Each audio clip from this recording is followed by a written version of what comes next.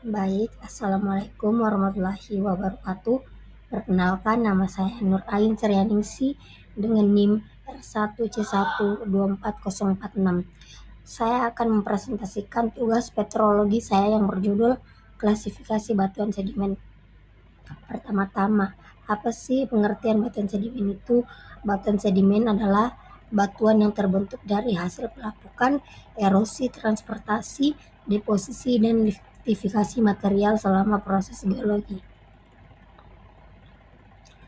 Pelapukan adalah penghancuran batuan menjadi partikel kecil. Erosi, pemindahan partikel batuan oleh air, angin, atau es. Transportasi, pengangkutan partikel batuan ke tempat lain. Deposisi, pengendapan partikel batuan di suatu lokasi. Sedangkan kompaksi dan sementasi, pemadatan dan pengerasan partikel batuan menjadi batuan sedimen. Klasifikasi berdasarkan asal. Batuan sedimen klasik yaitu contohnya konglomerat, breksi, batu pasir, serpi, dan cirinya berasal dari pecahan batu. Kedua, batuan sedimen kimia. Contohnya batu garam, gipsum, batu gamping kimia. Cirinya terbentuk dari penguapan atau persitasi mineral. Dan yang ketiga, batuan sedimen organik.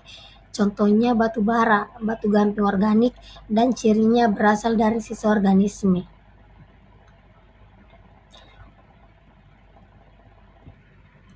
Klasifikasi berdasarkan ukuran butir, kerikil lebih besar dari 2 mm, pasir 2 sampai 1/16 mm, lanau 1/16 sampai 1/256 mm, lempung lebih kecil dari 1/256 mm. Lanjut, struktur sedimen. Struktur sedimen adalah fitur-fitur yang terbentuk selama atau segera setelah pengendapan sedimen. Fitur-fitur ini memberikan informasi penting tentang lingkungan pengendapan dan proses yang terjadi saat sedimen diendapkan. Beberapa contoh struktur sedimen meliputi perlapisan atau bedding, lapisan-lapisan sedimen yang berbeda ketebalan dengan komposisinya. Graded bedding, lapisan sedimen di mana ukuran butir berkurang dari bawah ke atas.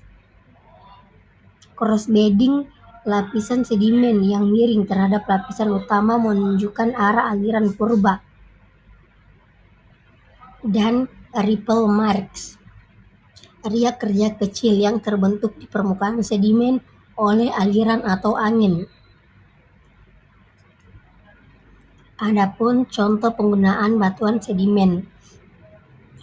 Batu pasir dapat digunakan sebagai bahan bangunan, di mana batu pasir sering digunakan sebagai bahan bangunan karena kuat, tahan lama, dan mudah dipotong menjadi bagian ukuran.